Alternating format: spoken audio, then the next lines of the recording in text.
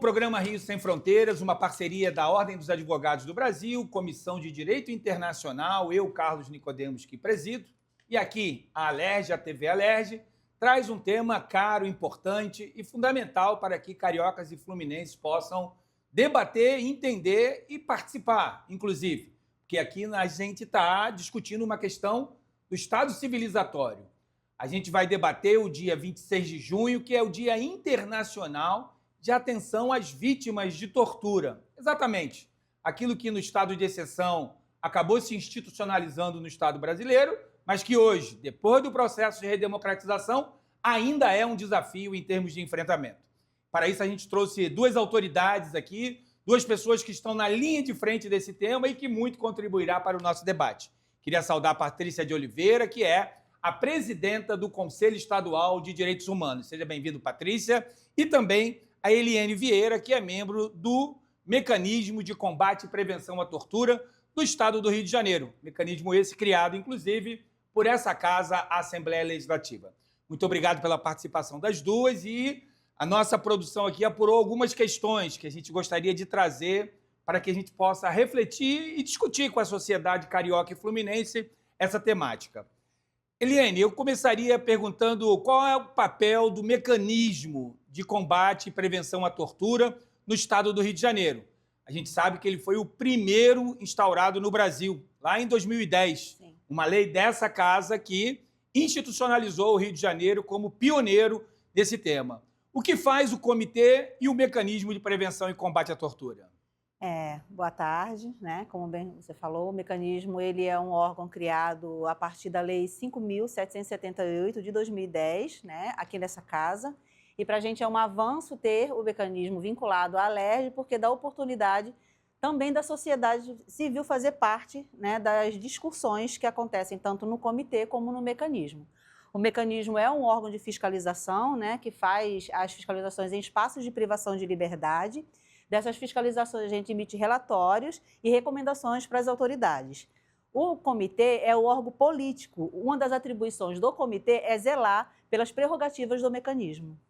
Bom, você trouxe uma questão muito importante, separando aí, trazendo a diferença entre o comitê, que aí tem participação da sociedade, do governo, do Estado, Ministério Público, que integram essa instância e que faz, então, vamos dizer assim, a proteção institucional do mecanismo para que ele possa ter independência. Isso. Falando de colegiado, a gente fala do Conselho Estadual de Direitos Humanos. Patrícia, você que é a presidenta atual do Conselho Estadual de Direitos Humanos do Estado do Rio de Janeiro e que é um colegiado importante, que também foi instituído por lei estadual dessa casa e que tem um papel também no enfrentamento desse tema. Patrícia, queria que você trouxesse o relato do Conselho Estadual e o que ele tem feito em relação a essa temática. Seja bem-vinda. Boa tarde, gostaria de agradecer o convite e dizer que o Conselho Estadual de Direitos Humanos tem passado por uma nova gestão. Nessa nova gestão, né, estamos implementando, né, visitas a alguns territórios, né, a gente já tem um calendário. Além disso, as outras comissões também do Conselho, ela tem elaborado um plano de ação onde cada comissão vai trabalhar. Além disso, tem as reuniões mensal que o Conselho realiza. Mas, fora isso, também o Conselho tem expedido muitos ofícios, né, para poder ter algumas informações. Tipo, vou citar aqui um dos ofícios, recentemente, que a gente mandou. A gente ficou em dúvida como é que estava o cumprimento da DPF 635 sobre o uso de ambulância. Então, a gente encaminhou o ofício para a Polícia Civil, Polícia Militar e Corpo de Bombeiro para saber como é que era empregada as ambulâncias. A gente já teve as respostas, agora a gente está vendo quais são as outras informações do Corpo de Bombeiros, a gente recebeu recentemente. Então, o Conselho tem um dia a dia de, além de ter os ofícios, fazer reunião e implementar políticas públicas, e agora também a gente está focado na Conferência Estadual de Direitos Humanos que a gente vai realizar no nosso estado. Bom, a conferência é um momento ímpar, singular para a nossa democracia social. As conferências acontecem em todos os estados, nos municípios, onde há uma mobilização e também movimentado e articulado e liderado pelo Conselho Nacional de Direitos Humanos, que nós, inclusive, já falamos aqui. Mas queria voltar contigo, Eliane, e trazer aqui um conceito de tortura que é dado pela ONU, inclusive através desse documento que institui o Dia Internacional de Apoio a Vítimas de Tortura, que foi criado em 1997 e que foi ratificado por 162 países.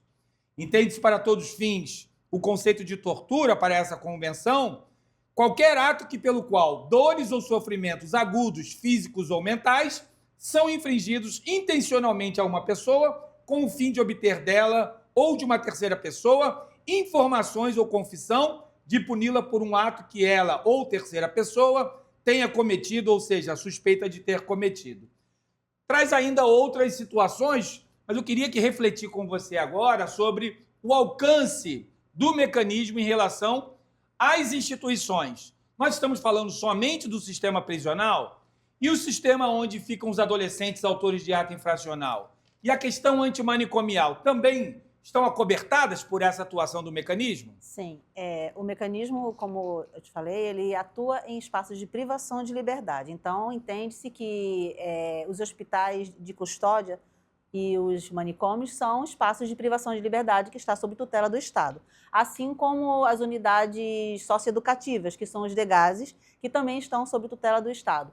Também abrange comunidade terapêutica, delegacia, hospitais. Aqui no Rio a gente tem a cultura das megas operações, né? Então, um hospital, um exemplo, o Getúlio Vargas, é um hospital que atende pessoas que estão em cumprimento ou privadas de liberdade custodiadas. Então, nas exceções de operações policiais que acontecem várias prisões, é prerrogativa do mecanismo também monitorar essas prisões que estão acontecendo e essas pessoas privadas de liberdade que são levadas para os hospitais. Então, a gente pode falar aqui que o alcance da atuação do mecanismo e do comitê, que está instituído no Rio de Janeiro desde 2010, diz respeito ao sistema prisional, ao sistema socioeducativo e à questão antimanicomial, além de outros estabelecimentos que, porventura, tenham alguém ali colocado sob a custódia do Estado. Seria exatamente isso? Exatamente isso. Tá. Patrícia, queria que você, então, trouxesse para a gente, que inclusive o próprio mecanismo é um mecanismo de prevenção, ou seja, não é só emitir o relatório fazendo uma denúncia e pedindo a responsabilização dos autores, mas queria que você falasse um pouco do papel do Conselho Estadual na parte de prevenção, com educação em direitos humanos, seminários e até um pouco dessa organização da conferência como um espaço de debate para a prevenção à tortura.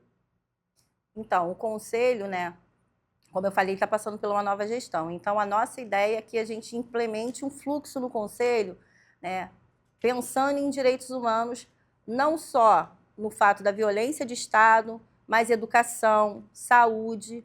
Então, a gente está planejando seminários pequenos para debater com autoridades do Estado do Rio de Janeiro como é que se dá alguns fluxos. Atendimento à saúde. Como é que está dando atendimento da saúde da população? A gente está pensando nisso também. A gente também tem pensado muito, né, na questão da falta de água, né, porque a falta d'água também é um direito humano, né? Então, a gente tem conversado e a gente já encaminhou alguns ofícios sobre o tema da falta d'água.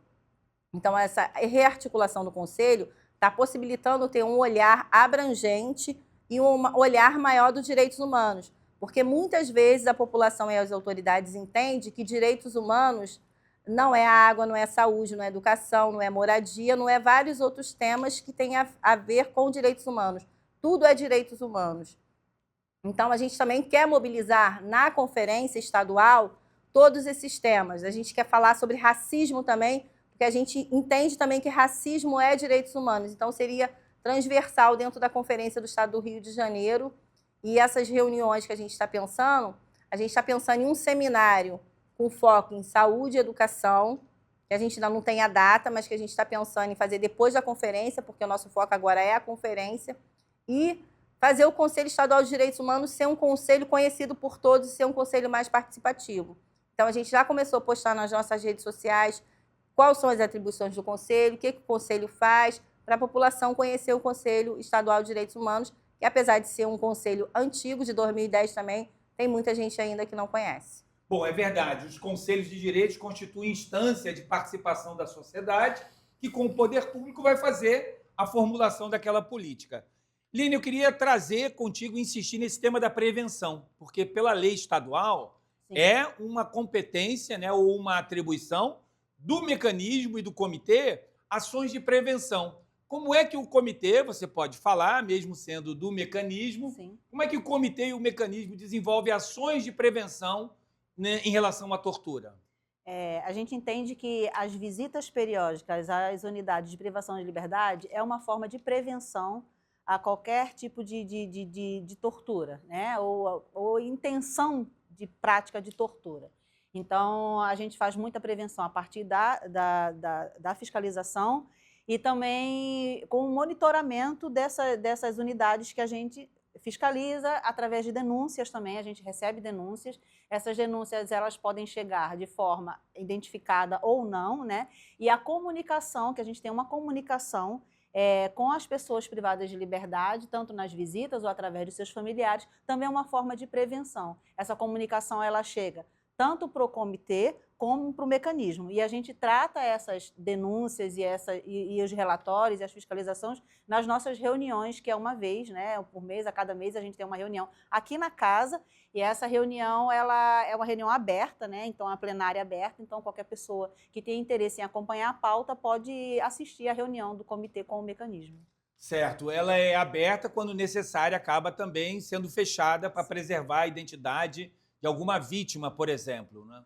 Bom, isso você traz um dado muito importante e, inclusive, o esforço que nós estamos aqui na realização desse programa é uma medida de colaborar com as ações de prevenção e conscientização. Nós estamos tratando aqui do dia 26 de junho, que é o Dia Internacional de Atenção às Vítimas de Tortura, que foi instituído pela ONU em 1997, a partir da declaração do Pacto do Protocolo de Combate à Tortura.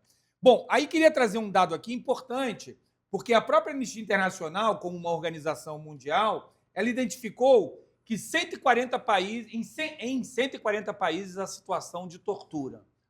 E ela defende, como também tem instituído na própria ONU, a criação de um fundo voluntário para vítimas de tortura, que seria muito importante para poder dar uma condição pessoal, social, para aquele que sofreu esse que é considerado um crime internacional, o segmento e a continuidade na sua própria vida. Então, queria, Patrícia, te ouvir um pouquinho sobre isso. Qual seria a importância de um fundo no Rio de Janeiro que pudesse apoiar as vítimas de tortura? Então, começamos a pensar isso no Conselho Estadual de Direitos Humanos e achamos que é super importante que tenha um fundo de apoio às vítimas de tortura. Por quê? Porque muitas vezes essas pessoas, né, elas têm as suas dificuldades, né? A gente aqui no Rio de Janeiro já tivemos vários casos de tortura, né? Vou até lembrar de um caso aqui, o Nélios Nelson, que foi uma pessoa que foi empalada no Morro da Coroa e que teve que sair daqui do estado do Rio de Janeiro e a sua família não tinha recursos para tirar ele daqui.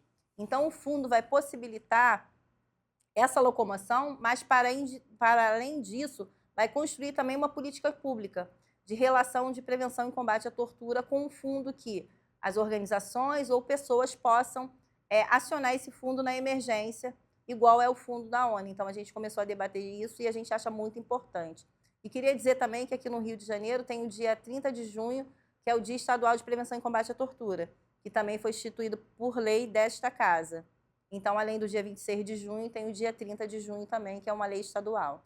Olha, muito bem lembrado pela Patrícia. Então, dia 30 de junho, através de uma lei aqui da LERJ, marca-se o Dia Estadual de Combate e Prevenção à Tortura, que vem na inspiração desse dia 26, que é um dia internacional e que mobiliza, como disse aqui, né, como nós temos nos relatórios da ONU, vários países discutindo a importância dessa data e a busca de alternativas e mecanismos, como esse que trouxe a Patrícia, anunciando que o Conselho Estadual de Direitos Humanos tem debatido a importância de ter um fundo para apoiar as vítimas de tortura. A gente vai falar daqui a pouco, no segundo bloco, porque já estamos terminando aqui, a importância desse fundo para o processo de ressocialização da vítima, que é uma discussão muito importante também, que não se faz no Brasil, mas que a gente tem que enfrentar, especialmente com esse que é um crime internacional. E com isso encerramos nosso primeiro bloco, debatendo o Dia Internacional de Atenção às Vítimas de Tortura no mundo, instituído pela ONU em 1997. Aguenta aí que nós já voltamos.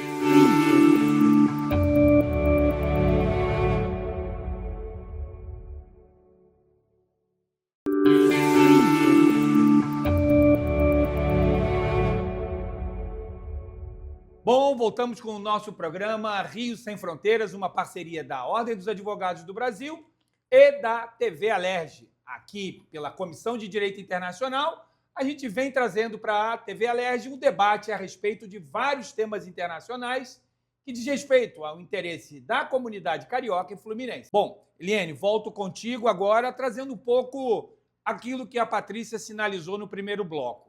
As consequências e sequelas que ficam para a vítima de tortura e a importância de um fundo que possa apoiá-la para o seu processo de ressocialização. Você pode trazer um pouco, pela tua experiência, a sua percepção sobre a importância desse fundo?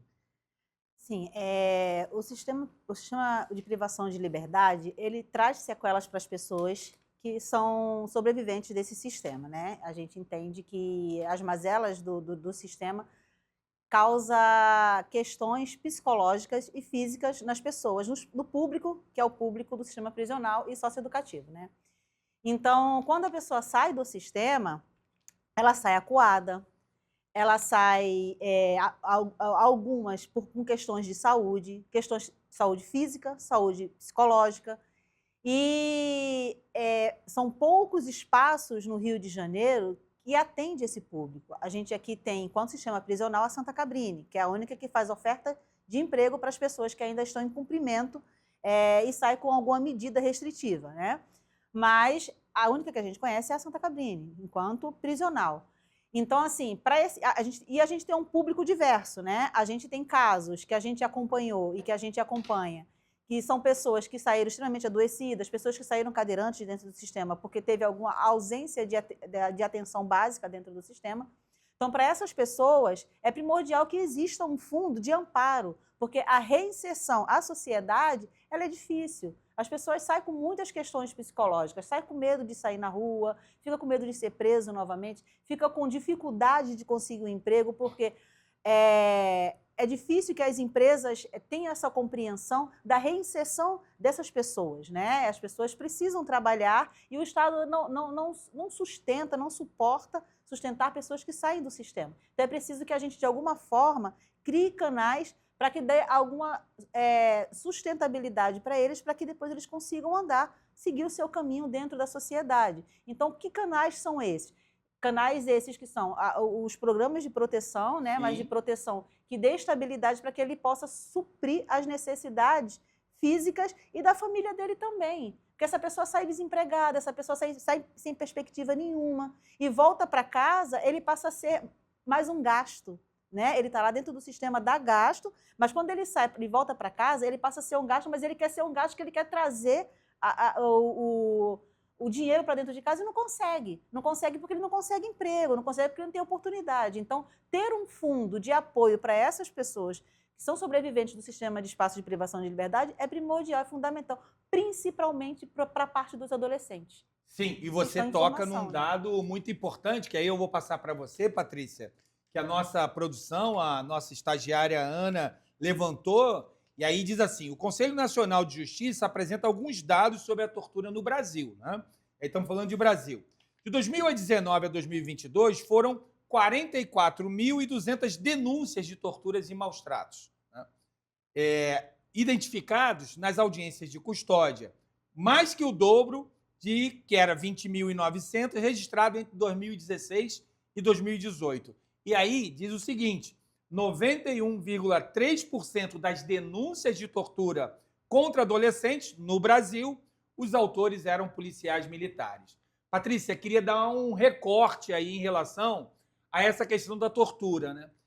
As pessoas pretas sofrem mais torturas do que as brancas, as pessoas pobres sofrem mais tortura que as brancas. Queria que você trouxesse um pouco uma leitura social a respeito, né, da realidade brasileira com esses números. Com certeza, né? Até porque quando são adolescentes ou quando são adultos, né, que chegam em frente ao juiz na audiência de custódia, normalmente esse juizado nem olha para aquela pessoa, né? A pessoa está ali e ele está olhando ali para o papel. Já tivemos casos, né, de uma pessoa que chegou para a audiência de custódia, ela estava numa cadeira de rodas, e ela estava toda machucada, e ela tinha sido acusada, inclusive, de ter pulado um muro. Só que a pessoa era cadeirante. Como é que a pessoa conseguiu pular o muro se ela estava na cadeira de roda. E aí o juiz faz várias perguntas, mas em nenhum momento ele olhou para a pessoa. Né? Quando a pessoa tentava falar com ele, e ele lá, só depois que ele se tocou que a pessoa era um cadeirante. Então, a população negra do estado do Rio de Janeiro ou do Brasil, né, que é a maior população, ela sofre racismo diariamente, seja na abordagem policial, seja no tratamento das autoridades, seja quando chega numa delegacia, seja quando chega no tribunal, até mesmo no próprio Ministério Público. Né?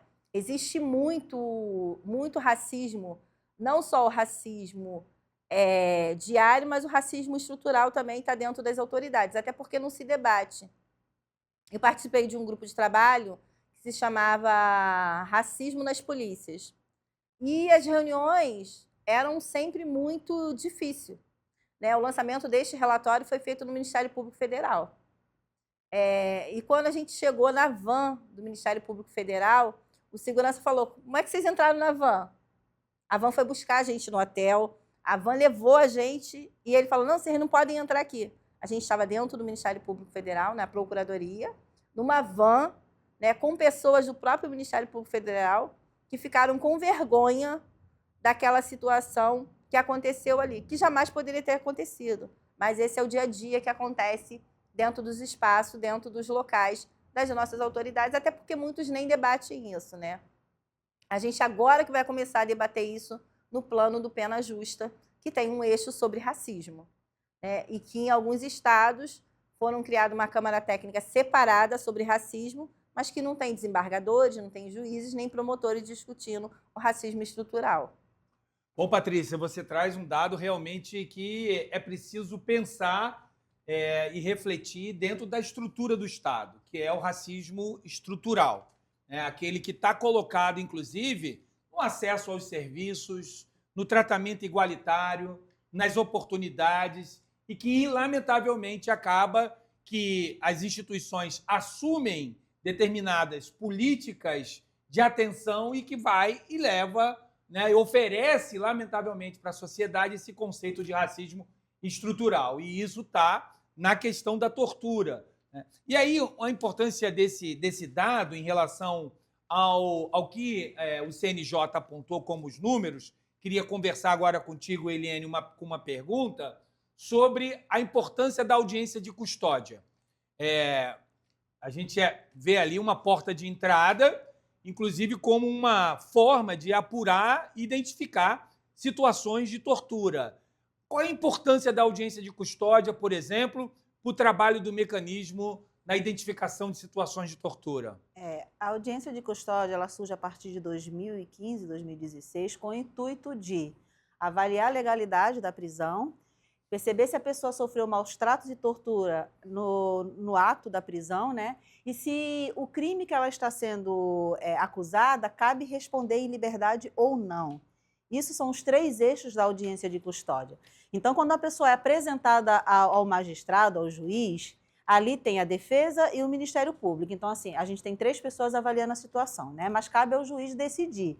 Então, o que a gente tem percebido é que a audiência de custódia ela não tem feito esse filtro. Né? A gente percebe, principalmente dentro do Frederico Marques, que é a maior porta de entrada que a gente tem no estado do Rio de Janeiro, são pessoas extremamente machucadas, pessoas baleadas, e que quando passa na audiência de custódia, parece que os juízes não veem, né? Não vê que a pessoa está baleada. O relatório de 2023, ou foi de 2024, do mecanismo, retrata a foto de um jovem que ele tem um tiro nas costas, aqui na altura da nuca, e isso passou na audiência de custódia. Né? A gente vê pessoas dentro da unidade Frederico Marques, que são pessoas que sequer conseguem andar. Então, a audiência de custódia, que deveria ter um olhar voltado para as pessoas que sofrem tortura no ato da prisão, não tem feito esse filtro. Então, nós do mecanismo, também do comitê, a gente aponta essas questões, mas infelizmente a gente não conseguiu avançar. Apesar de ter sido colocado, estruturado o Frederico Marques com o observatório, que é o Observa, né? Observa a Custódia, não é isso, Patrícia? O Observa a Custódia dentro do Frederico Marques, que é um espaço novo que foi criado, acho que foi ano passado, mas mesmo assim a gente ainda consegue ver que existem questões dentro do Frederico Marques que não é observado na custódia. A gente está para lançar um relatório que a gente fez uma visita esse ano no Frederico, mas ainda não lançamos os relatórios, mas neste relatório também a gente vai apontar essas questões das pessoas que sofrem tortura no ato da prisão. Olha, que é significativo e importante o que você reporta aqui no nosso programa, debatendo mundialmente o problema da tortura, como já foi dito aqui, né, de acordo com o relatório da Anistia Internacional, em 143 países existem situações de tortura.